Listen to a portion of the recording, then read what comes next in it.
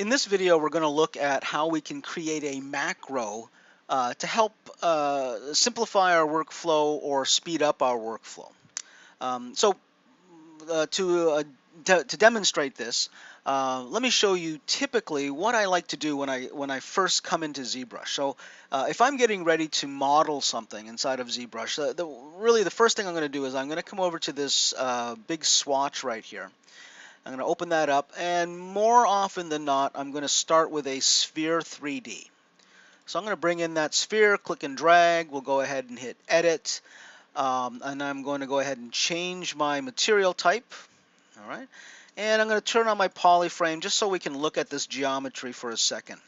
Now, any of the geometry you bring out from the 3D meshes right here will have a pole at the top of it. All right, if I bring out a cube, all right, same thing. You'll see there's a pole at the top of it right there. Yeah, any of these, a cylinder, it has a pole on it right there. And if you've ever tried to sculpt on one of these poles, you will find out quite quickly that it's very difficult. All right, what this is right here is really just an accumulation of polygons. They get smaller and smaller and smaller and tighter and tighter and tighter until they're just a black dot in the center right there. Um, and this is not conducive to good sculpting inside of ZBrush. ZBrush does like even geometry. All right, so that when we divide our geometry, it becomes even all over. If I were to divide this geometry, sure, I would get smaller polygons here, but I'd get even more polygons right here. And it would just be a nightmare to sculpt on. Very uneven sort of sculpting. So what I like to do is, first thing that I do is I come in here and of course I make this a Polymesh 3D. That'll allow us to sculpt on it. But then I turn it into a Dynamesh so that I can get rid of that pole right there.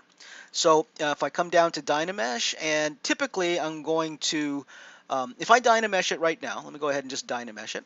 You'll see that it gets rid of the pole, but it gives me somewhat dense geometry, denser geometry than I want for the beginning of my sculpt.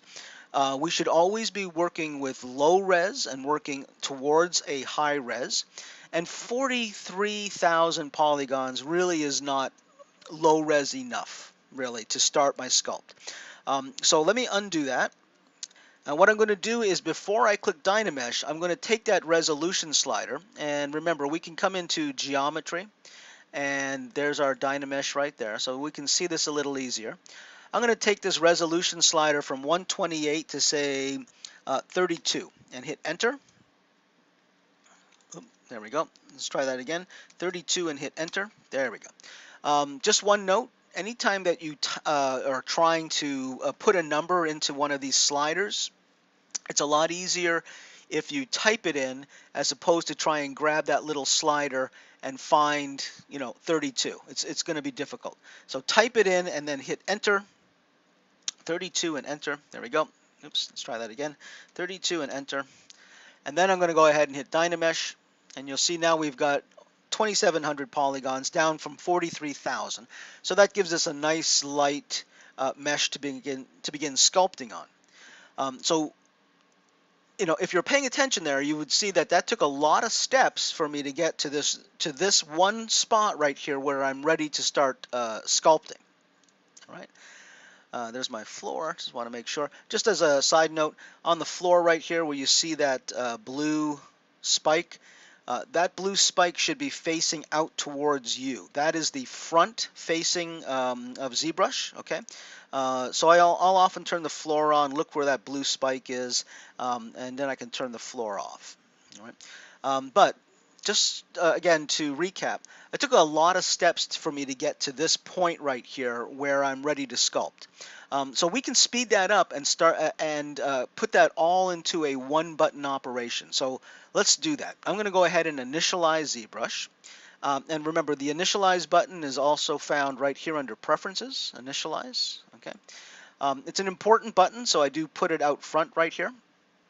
And initialize ZBrush allows us to just clear our canvas. All right, it's the equivalent of saying going up to File and saying New Scene inside of Maya.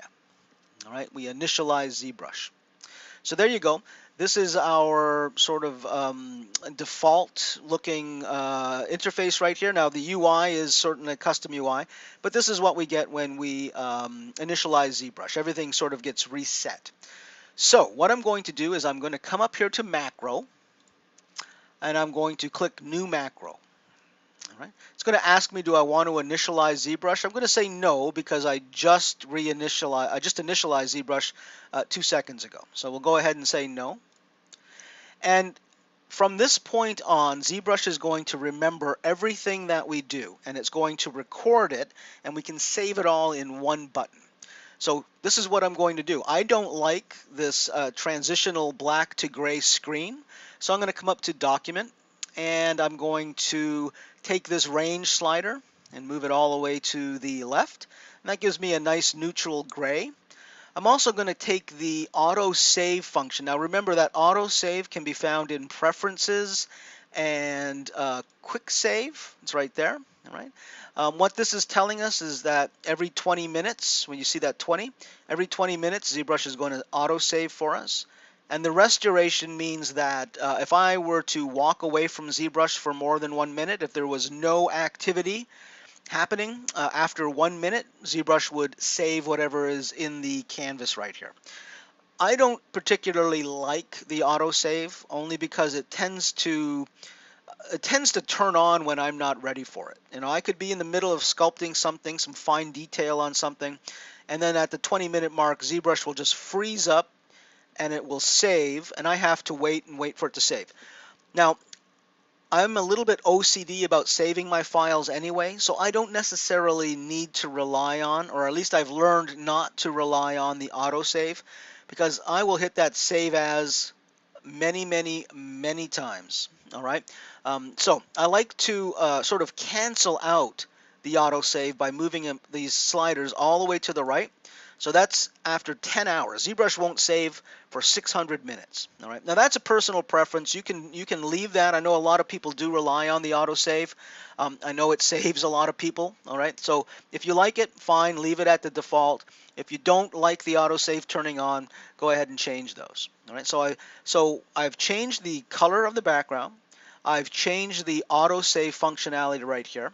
I'm going to come over here to the big swatch and bring out a sphere. And we'll click and drag that guy out. And we're going to hit Edit. I'm going to change my material type. All right. We're going to make that a Polymesh 3D. And then I'm going to open up my Geometry tab, come into Dynamesh, take my resolution to 32 and hit Enter. And then click Dynamesh. And there we go. There's my Dynamesh low-res Dynamesh sphere without a pole on it, and we'll turn that off. And now I can come up to Macro and hit End Macro. All right, when you do that, it's going to prompt you to save it, and I would encourage you to go into your Applications folder, come all the way down to ZBrush 4R8, go into the Z Startup and Macros and Miscellaneous. And you can call this whatever you want. I've already done this. I've named it Startup. All right, Startup TXT. All right, Startup TXT. I'll call this one Startup 2. All right, just put it right inside here. Save. There we go. And remember, we can create a custom user interface. So if I come into Macro, and in here you'll see Macros, Miscellaneous. There's my Startup 2 right there. So I'll tell you what, you can see I've already got a Startup 2 button, but let's go ahead and go to Preferences. And let me close this up. Go to Config, Enable Customize. I'm going to come over to Macro, holding down Control and Alt, and I'm going to drag this Startup 2 button right over here.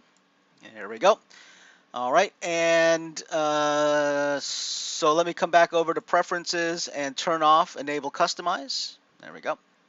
All right, so let me go now and initialize my, oops, hold on, cancel. Let me come over here first to Preferences and store my config. I'll say OK. So this button will be there if I go ahead and initialize ZBrush. We'll initialize this. This will clear our canvas for us. Okay.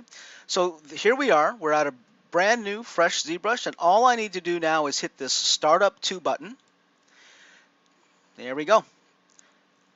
Color of my canvas gets changed. Autosave gets changed, my sphere gets brought out, the color gets changed, and the Dynamesh is applied to it. So I am ready to start sculpting on this guy immediately. So I've all with one button. I've created my startup, and I'm ready to sculpt. So I've taken about 6 operations, bringing out the sphere, turning on edit, changing the color, turning it to Dynamesh, changing the background, changing the duration here, and I've all put it into one button. All right.